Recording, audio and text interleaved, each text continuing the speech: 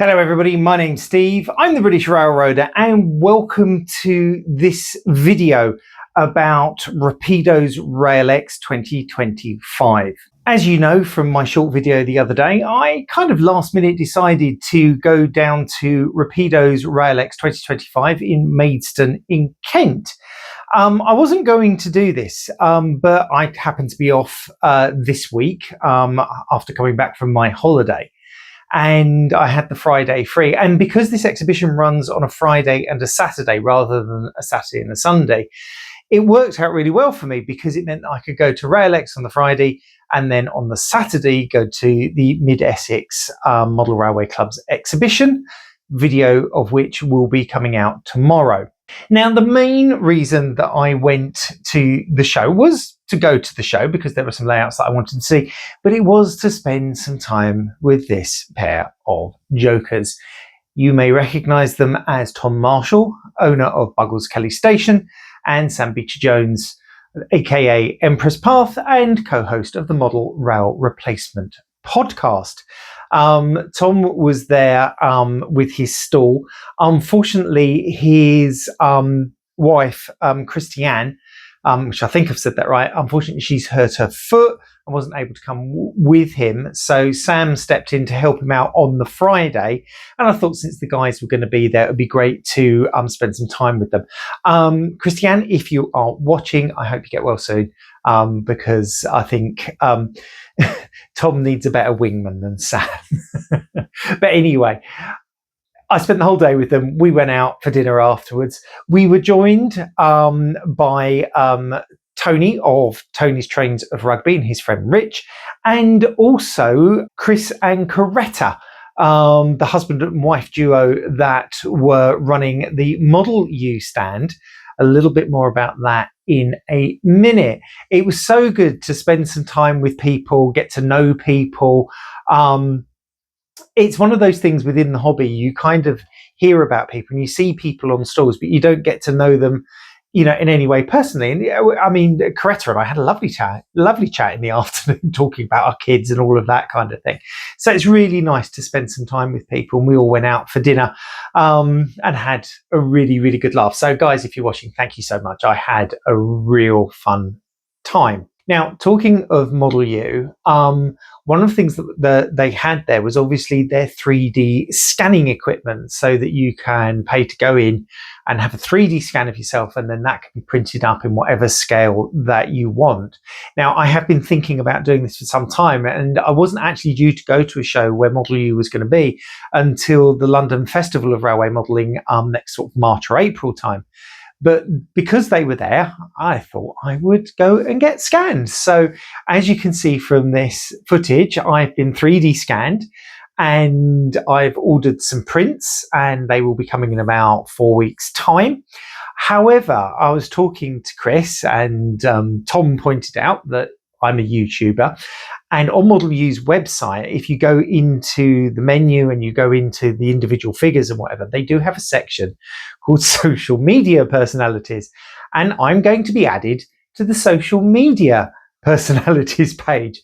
So if you really want a version of me on your layout holding my camera phone as I do at exhibitions or when I go train spotting, you should very soon be able to order one from Model U. So if you do and you paint them up, let me know, send the photos. I'd love to see a mini me on your layouts. So a big thank you to Chris and Coretta for that. I feel I've been elevated to some kind of celestial status there. What I also liked was when I was there, I bumped into quite a few other people, some guys from the NMRA. I was chatting with the guy who had the American layout there, which you're going to see shortly. As I'm filming this at home, because there was no show guide, I've got all of the names of the layouts online. So I will tell you what the names of the layouts are and what gauge they are, etc., etc. Please don't expect me to remember them right at the moment. But I had a lovely chat with so many people. And after the show, when we'd been out for dinner, we went for a little drink and we met up with the guys from Rapido and I was able to pick their brains and have a little chat with them. So it's been a really nice, it was a really nice day. Now, I'm going to show you the clips of the videos. I'll do a little bit of a voiceover for you so you know what they are. Just a word that obviously the US-based HO scale layout is the one that I took the most footage of. It's obviously the one that, from my point of view, is the most interest to me and a lot of my viewers, but it will be the one that comes last. So if you want to watch it, you're going to have to watch the rest of it as well. So go on, guys. Give all the other layouts a go. But sit back, relax, and enjoy the footage. Okay, so we are starting with a little bit of footage of Rapido's upcoming Ivory engine. So this is the same little layout that I saw at the Chatham show, and I just love this. I grew up with Ivor the engine. I didn't really grow up with Thomas the Tank engine, so this is really evocative for me, and I just love the way that they've done all the figures as cardboard cutouts, just like the cartoon. So I can't wait to actually see. Well, I've seen it, but whether I get one or not, who knows.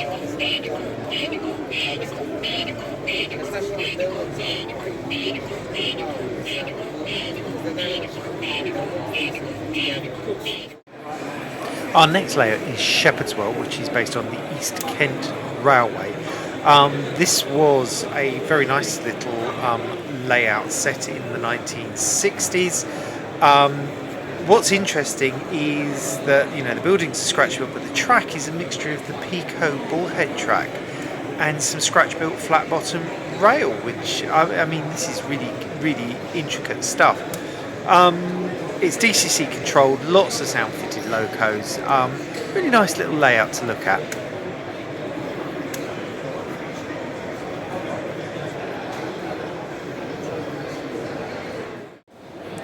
Okay, our next layout is Maidstone. So this is a 4mm scale layout on P4 track. So we're staying in Kent. This is another standard gauge light railway. One of the most successful was the Sheppey Light Railway, which was conceived in the 1890s.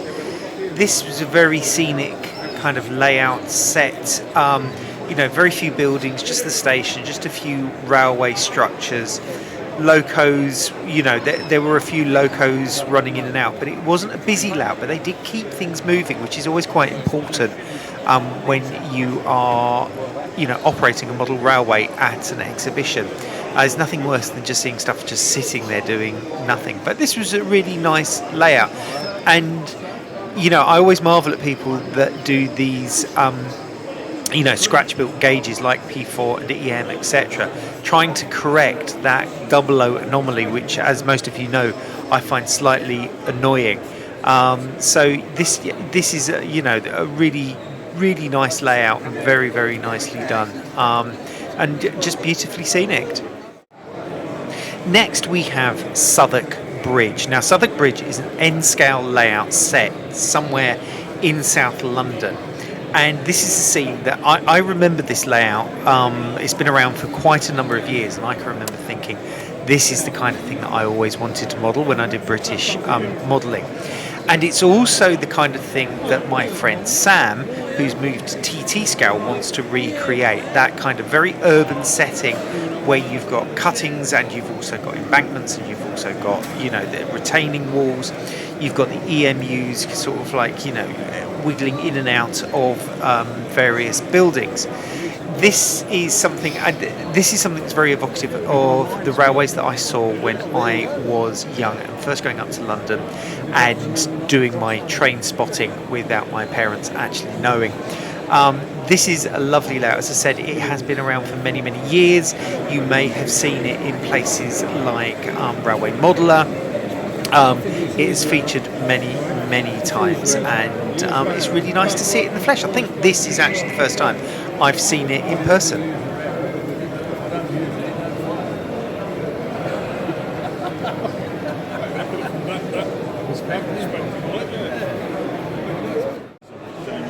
Next we have Bowwaters, which is an 016.5, or as Bachmann seems to like to call it, NG7 layout. So this depicts the northeastern corner of Kelmsley Mill in the 1960s.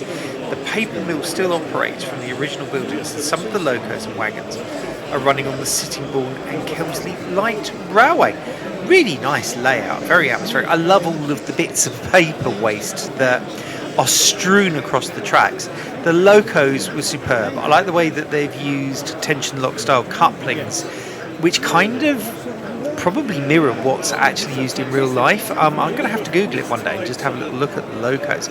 I heard them talking. They were saying that they're actually building more of the engines so that they can get the entire fleet. I mean, this is just a snapshot. I mean, I saw it quite a few times in my day there, and they had trains running quite regularly.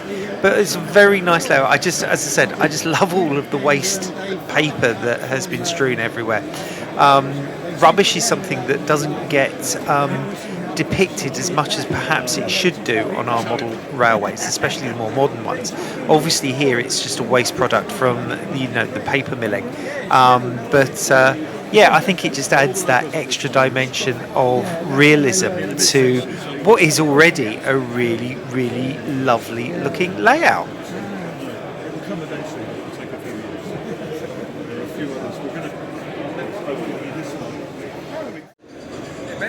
Next we have Croxley Hall Depot, which is 00 scale, and it depicts a London Underground depot,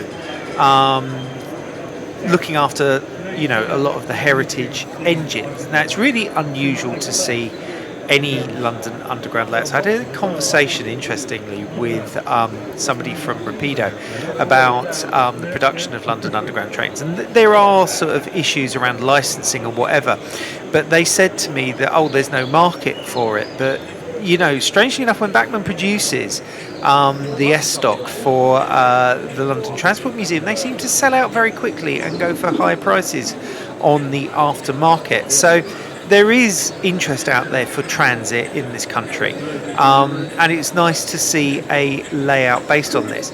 Now, this layout had various little engines coming in and out, as you can see. It's DCC controlled.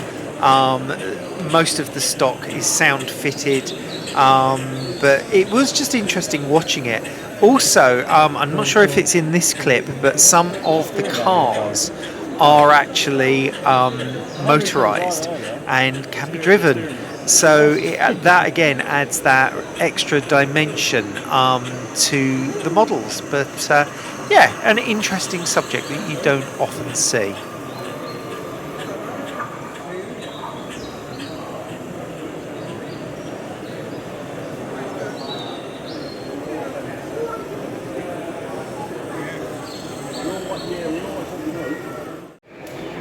Next we have the 00 scale Folly Lane. This is a layout that I've seen several times, most recently at the Chatham show. Folly Lane is based somewhere in the southern region. It could be Wessex, Sussex, Kent. It's loosely based on Hazelmere, with an aggregate yard, I can't get my words out today, next to the station. It's got working crossings, it's got working signals. This is the kind of layout that, again, it's very evocative of the stuff that I remember seeing when I was a youngster. I mean, I love the fact that we had a Gatwick Express going through. I can remember going to Victoria Station just to go and see them because it was a regular source of Class 73s. Very nice layout, very big layout, lots of ENUs running backwards and forwards. And yes, as you can see, the little boy there is staring at the crossing gates, waiting for them to go up and down and for the sounds to go off. But yeah, great fun, though I'm sure that the blaring of the crossing gates can be a little bit wearing after a while.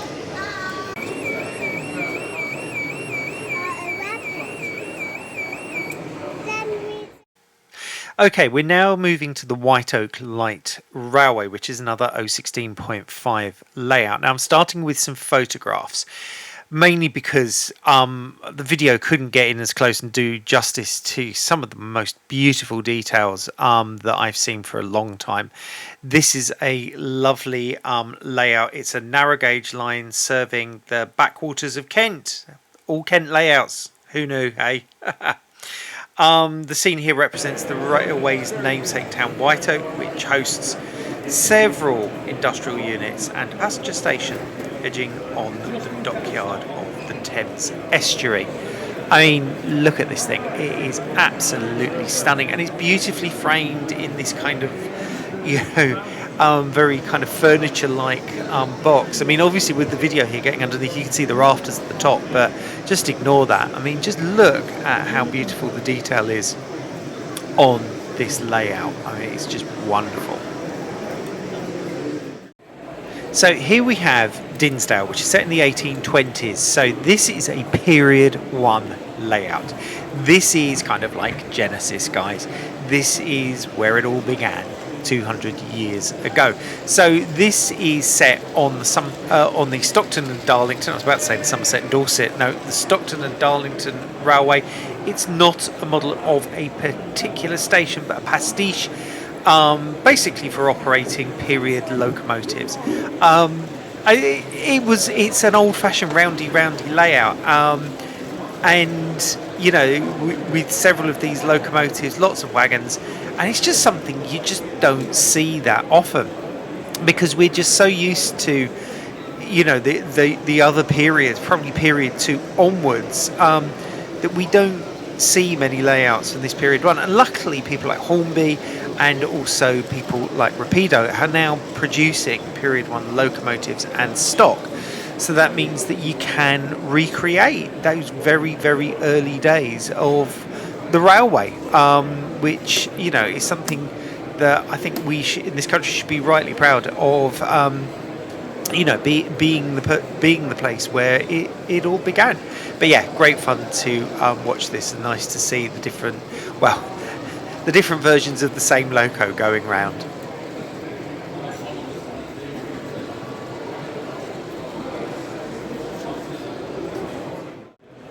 Now here we have Redbridge Wharf. This is a 00 scale layout.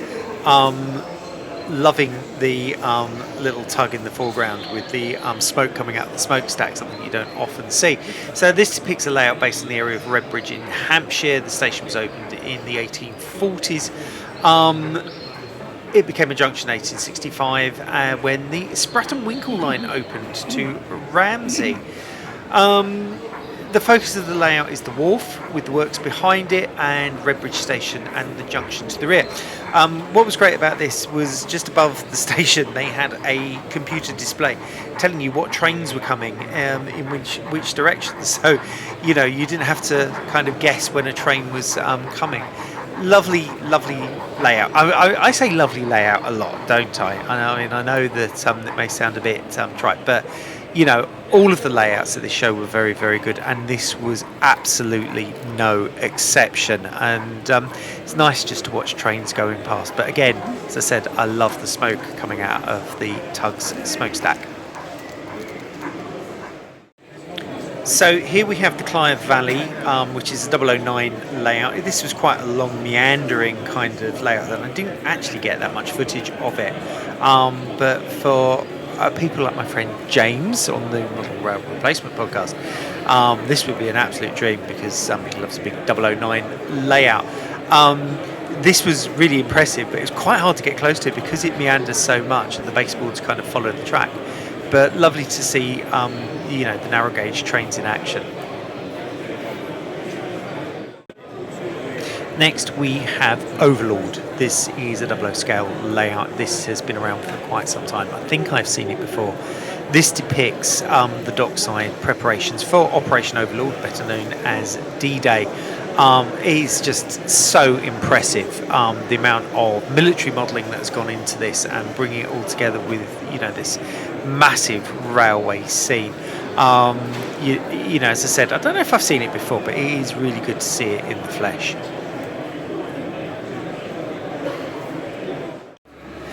Okay, now we have Bryn y Brenin. I probably bugged that up, but who cares? It's a 00 and 009 layout. It's a fictional terminus in between Llywelyn and Carmarthen. There you go. My grasp of the Welsh language is not very good. So you've got the mainline trains at the top and beautiful station. Look at the detail inside that. That is just very, very impressive.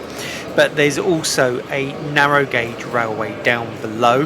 So you've got kind of like the tourist trains coming in and dropping people off. and then, you know, them going out on the main line above. Okay, fellow American modelers, we are finally here at the Bryford County Terminal. You see, I told you that I would put the name in. This is an HO scale layout set somewhere on the east coast of the USA. Now, before I get into this one, I just need to mention there are a couple of layouts that were at the show that I just didn't get any footage of. One of them was around Bristol Docks, another one was a 009 layout. Apologies to the owners of those layouts. However, getting back to this layout, as you know, I love simple switching layouts. American railroads lend themselves to this kind of operation, just moving cars about, spotting cars, etc. And the thing is in modern British railways, we don't have these types of trains anymore. So what we've got here, so this is a Florida East Coast locomotive. Later on, they're going to use a Norfolk Southern locomotive. This locomotive, by the way, is by Atlas. The Norfolk Southern one you'll see in a little while is by Athearn Genesis. But here in the UK, we don't do short trip working freight anymore. Okay, we do block freight. We take it from terminal to terminal, load, unload, etc. And in America, they do that, but they also have that last mile freight where they will take wagons and they will drop them off in yards and they will spot them at industries. And that's what I love about American model railroading, is that I have the ability to do that in the modern day. Now, this layout, like a lot of layouts, if you look at the buildings, they're mostly by Walthers. I've got some of those kits. If you look on Brooklyn Park, I mean, certainly not this one that you're looking at here, but the building further to the right, I've got as my brewery building, which is no longer a brewery because I've decided to do something else with it, but there you go. But I was chatting to the guy who was operating it and to the owner, and you know, it's a fiction, but you can do that. You can do what we call proto freelancing, where you can take a concept, an idea, even a railroad, and put it in a fictional location, in a fictional setting. I love this layout. DCC operated, obviously, DCC sound. He has been trying to use the Rapido, I think they're called rail motor uncouplers, but they weren't always successful. So every now and again you would get someone coming in with a big sort of like, a skewer to uncouple the cars. But then, you know, that's how I operate my own layout. And if I have an exhibition layout, there will be the hand of God coming down and moving things. But it's really, I really enjoyed this layout. As you can tell, I mean, you know, I've unashamedly put about 5 minutes of footage on here for people to look at, and more for the fact that I just really enjoy it. As you would expect, I've actually got a lot more footage of the layout, and you know, I could put together a whole video about this. Oh, sorry, went out of focus there a little bit. But you know, we all have things in the hobby that we like, and I just like this type of model railroading. It really appeals to me. It can be done in a relatively small space, and look at the detail it's got. I mean, some beautiful weathering, and I just love the graffiti he had over some of the cars. I mean, this was all hand painted and, you know, hand applied, and I just think, you know, oh, way to go. And I think it really showcases how wonderful running American models are. I'm not saying the British ones aren't, they have got so much better over the last sort of like 20 odd years, but you know, the Americans have been used to this kind of running for a very, very long time, and it's probably one of the reasons why I carried on modelling American railroads, because of my dissatisfaction with some of the models that we were getting over here. You know, am I ever going to go back to British modelling?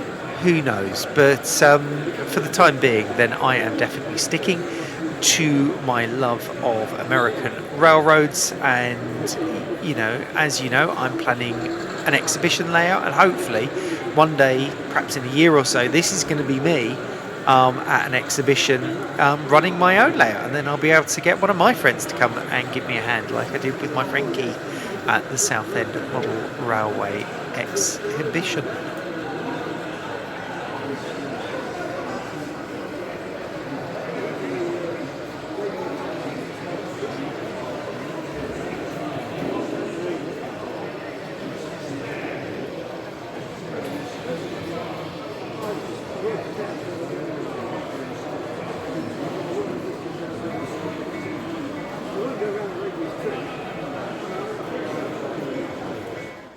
Okay, that's it from this video. I really hope you enjoyed all of my footage from Rapido's Railex 2025. It's a really good show. If you get the opportunity to go next year, go to it. It is a very nicely well-run show. It's all in one big hall, so it's very easy to get around. And also, as well, the fact that they run it on a Friday and a Saturday. And I know this sounds terrible because we want youngsters to get into our hobby. I think it's very important that we make sure that we introduce kids and whatever to model railways. But sometimes it's nice as an adult to be able to go on a day when there are less kids. And the Friday, there were a lot less kids. And it did mean that, there was, I don't know, a lot less interruptions that you would get with children. Bless them. We do love them. I've got a couple of my own. They're all grown up now, but who cares? But yeah, you've got the Friday and the Saturday. At first, it's really odd thinking about having a model railway exhibition on a Friday because you think, well, everybody's working. But actually, there are lots of people who work shifts. There are lots of people who are retired, obviously. People like me, I don't actually work every Friday. So, I can work it so that I can go to these things. So it might be one of the things that you guys who plan exhibitions might want to think about is that actually, do you want to do Saturday or Sunday, or is there, some worth in doing a Friday and a Saturday just for something different? Okay, that's it for this video. Thank you so much for watching. If you've enjoyed the video, please give it a thumbs up. If you haven't done so already, please subscribe to the channel. I'd like to know why you haven't subscribed already. The more subscribers I get, the more kind of coverage my channel will get on YouTube. And it just helps me grow the channel and it helps grow our little community.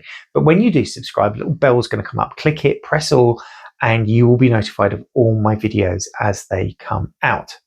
If you have any comments or questions, as ever, you can always post them below, or you can email me direct at this email address just here. Also, I'm available on all of these social media sites, so go on, follow me, like, all of that kind of thing, and you can message me through these as well. I do try to check them at least once, if not twice, if not more times a day. Some of them I'm on more than others. Now, in a moment, YouTube is going to suggest a video for you down here. If you haven't seen it already, go and take a look. If you have seen it, why don't you head on over to the channel, take a look through. There are several hundred videos there now. I'm pretty sure you'll find something that you'll like. But that's it for me. Thanks again for watching. My name's Steve. I'm the British Railroader, and I'm saying goodbye from my model railroad room. Bye-bye.